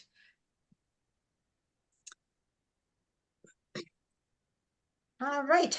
Okay. So just, we have a few minutes here before we wrap up. So before we just finish things off, Whitney, do you have any questions about anything that we've covered either tonight or anytime during the 4 weeks? I have kind of just a miscellaneous question. Sure. Today my camera took its first tumble, Oh, foot out of the bag onto the floor of my garage. oh no. So doesn't appear like I looked everything over. It looks fine. Is there anything like I can't even really tell where it hit the ground. All the glass is fine. Is there anything else I need to check to see if there's worse damage that I can't see? Hmm. Is it still working? Oh yeah, it's fine. Is the lens making any obvious weird noises or anything? No, I can't even really see like it hit the front rim. I can't even really see where it hit. And like the lens, when Hmm. you zoom or focus, it doesn't like grind or like physically it doesn't feel weird or. No, it's still smooth as before. I tested it. The pictures seem fine. Then thank the camera gods you dodged a bullet. Yes. So Oops, sorry. So I have a follow-up question with that. Do you have a filter on that? No? Okay. So, You do? you know, we touched on this earlier. I think that it becomes kind of personal preference, but if you had, let's just say, as Jolene said, you dodged a bullet. But one thing that a filter could do for you is it could have protected that glass, right, from shattering. Like I dropped a camera one time in the parking lot and I bounced it off my foot, but it still hit the pavement. And I had a filter on it. So it wrecked the filter a bit, like it bent one corner. So it saved the glass and the lens, but I wasn't able to ever screw in a filter again because it bent it. But I was able to use the lens without a filter. Sorry, Jillian, are you saying there is one on here? I believe there is actually. I'm pretty sure I can see it looks like Real Pro. It looks like a Kenko filter. Yeah, Just see if it'll unscrew, Whitney. If you can, like right at the very end of your lens, just see if you can unscrew it. Yeah, my other question was like I was inspecting it after I picked it up, and I felt like there was a speck of dust that was not on, like it was under the first layer of glass. And yeah, it does say Real Pro Protector. Duh. Yeah. Okay, so that's a Kenko multi-coat protector. So that is a filter on there. And if you're having trouble getting it off, it might have just been like misthreaded when you dropped it. So it might take some wrenching to get it off. It took a bit to get this off.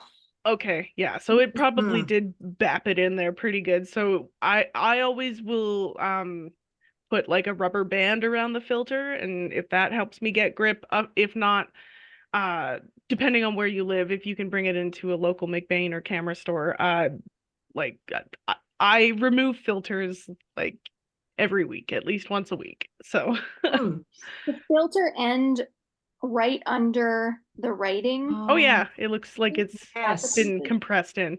Yeah, so that's Yeah. that's where the impact damage is. But like Angie was saying, it looks like the there filter you saved your go. lens. Nice. Well, look at that. Okay. And my other question, I took my camera to Mexico back when I first got it, and it got a bunch of like humidity in the lenses. what's the best way to handle that? Well, one thing I suggest, it's kind, and Jelene, you can add into this too, if you would like, for sure, is in the wintertime. So it's kind of humidity and cold, right? So in the wintertime, I suggest if you're outside and it's cold, before you come in the house, if you can have a bag, like a Ziploc bag or a baggie, just inside the front door even, or your door.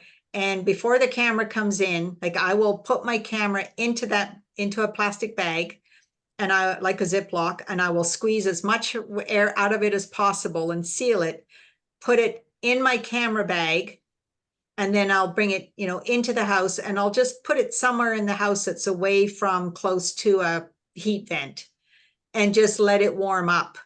And by doing that, you can greatly reduce the incident of moisture and condensation. And I haven't personally experienced hot, humid climates, but I believe that it will work the same way as well. Am I right, Jelene, or what do you think about that? Oh yeah, like if you can catch it before the humidity gets into the lens. Whitney, is there like can you see like fog or like what looks like condensation like inside the lens, like behind the front element? Um It was like in here. okay. It was over a year ago, and eventually like it just kind of acclimated and went away. But I was out first thing in the morning, and I wasn't sure if there was something I could have done to. And what was happening that you thought you It had was just like a condensation? cloud over the pictures. Like it was like physical. Now I can't remember if it was in the lens or not, but Okay. at one of the points there was just like it like fogged over Yeah. physically. Yeah, the glass will fog over, Yeah, the right? lens Kind of probably. like in the winter, right? When you come into a warm house, like after being outside, it'll just fog over. Yeah. Yeah, And so it eventually went away, but took me by surprise. that does sound like it might have been in the lens. I would doubt that you would see it on the camera unless it was on the sensor, and then you're gonna have a bigger problem anyway. So, I don't think it sounds like it was on the lens.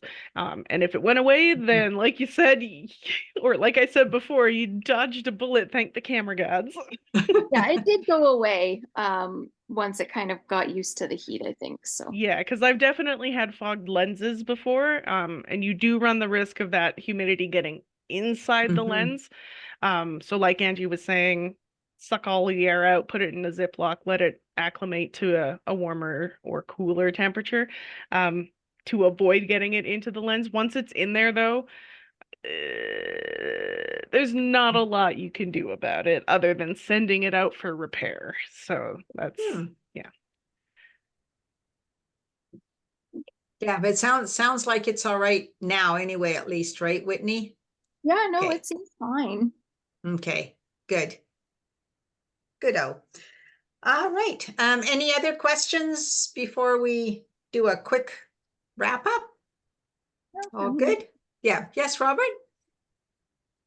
A little bit off the spectrum. I had always thought that if I rotate my little thingy around to the nighttime scene, that it would be great for taking pictures of the nighttime.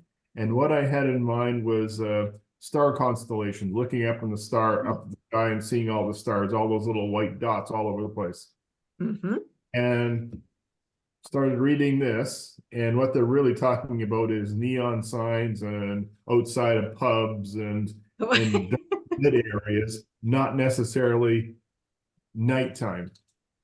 What hints can you give me for taking pictures of the night sky without getting into the moon? Because I understand if I was to try and include the moon in the photograph, the moon would be so bright that it would throw off the optics and sensors for everything else. So I'm just talking about a bunch of little constellation stars and all blackness. So right off the bat, I would be thinking of a very long exposure. So I would try to manually increase the ISO to something and maybe try to trick it down to maybe 1/60th of a second where I might be able to hold it that long. Am I on the right track for that? Yeah, Well, and also, so if you have a tripod, like when I take Northern Lights photos, it might be a bit extreme for length, but I had some where I was at 30 seconds, right, on a tripod at 30 seconds, and I had some at 8 seconds. Okay. But sorry, go ahead, Jolene. I think just to the point of like Nikon was not intending specifically night sky photography for that pre-program mode, probably because that type of photography isn't necessarily all about the camera that you're using. It is very largely associated with the lens that you're using as well. So no matter what settings the camera is in, sometimes it can't overcome the limitations of the lens, even if it is in a nighttime mode. Does that make sense? Like, so your lens having what I would guess would be like a 4.5 to 6.3 aperture would not be what would be considered a typical night sky photography lens. You would want something that's going to be a little bit wider, but also the aperture at least probably like a 2.8.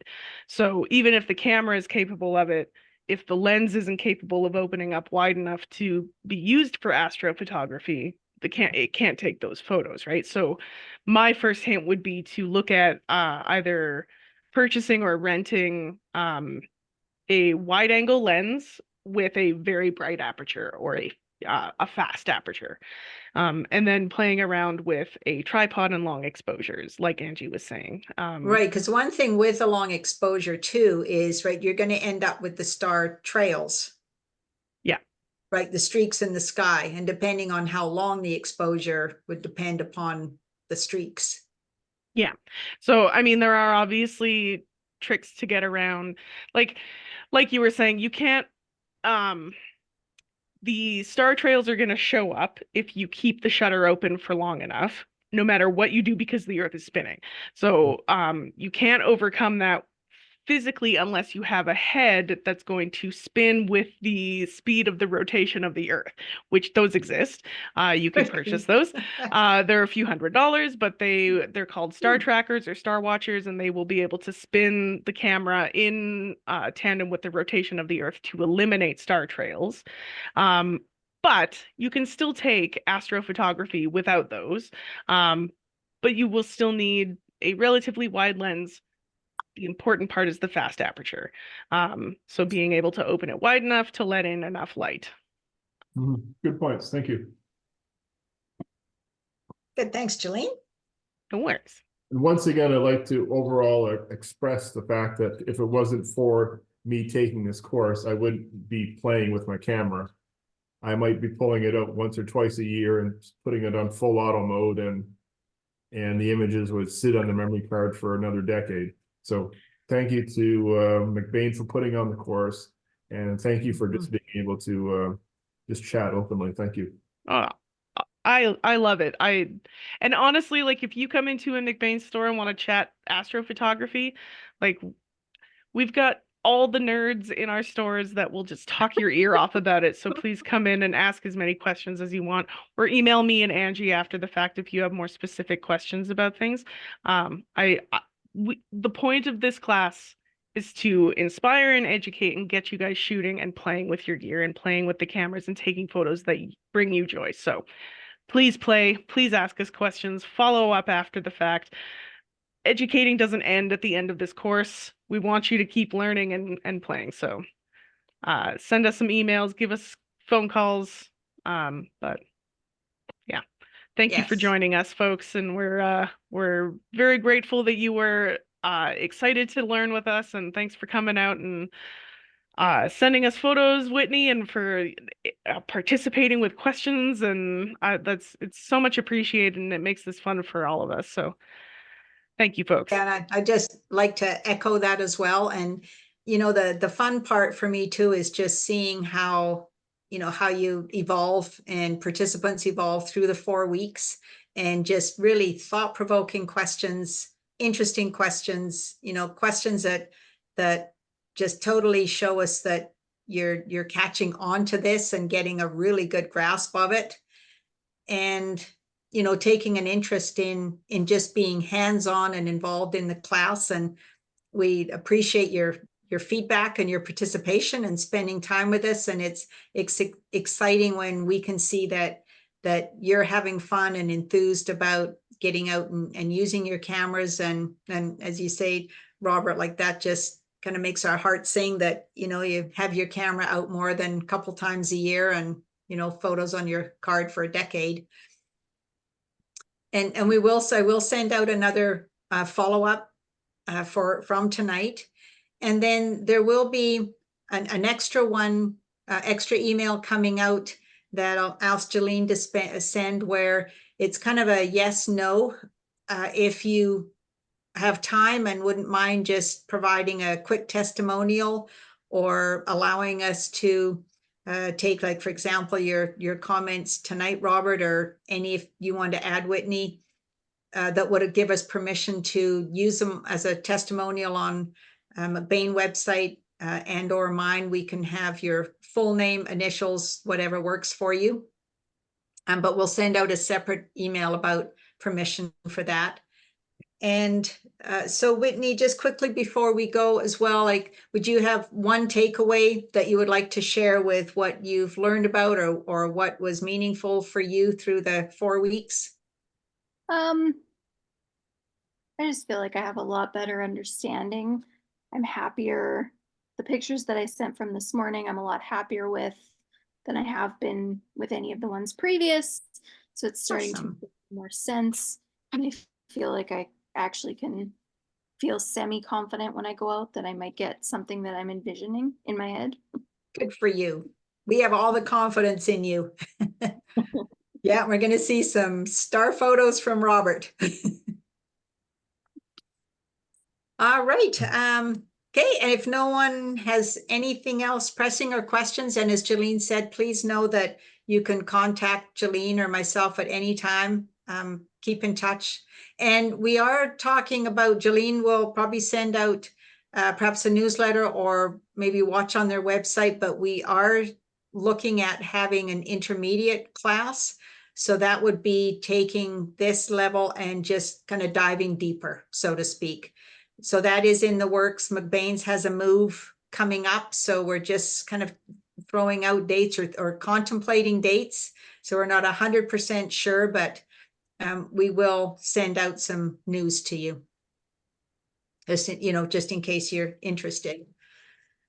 Absolutely. Right. Thanks for mentioning that, Angie. You're Is there welcome. a particular Welcome. book or manual on digital photography that you would recommend? I know that National Geographic made a really great one, but that was back in the analog days. For night photography, are you Well, thinking? just general photography, just general digital photography. Well, shameless plug for Angie here. She's got an intro to photography book. What is it? Making photography easy and fun? Is that what it's called? Yes. Yeah. Yeah. So that is I mean, Angie's teaching style I find to be very easy to follow. But so that would be a great book that I would recommend. And it's an actual book. Yeah. Yes. Okay, I Yes. sort of had to believe it would go to a website and it would be sort of sitting there in a soft copy or something. Okay. Yeah. So it's I'm thinking maybe I need to get some to you, Jolene. I was gonna say the same thing. I'm gonna have Yeah. to talk to our purchaser about carrying your book in our store. So Yes. we can chat about So that one. it is available if you head to my website, which is just angiepattersonphotography.com, and at the very top in the menu, there's a menu heading that says book.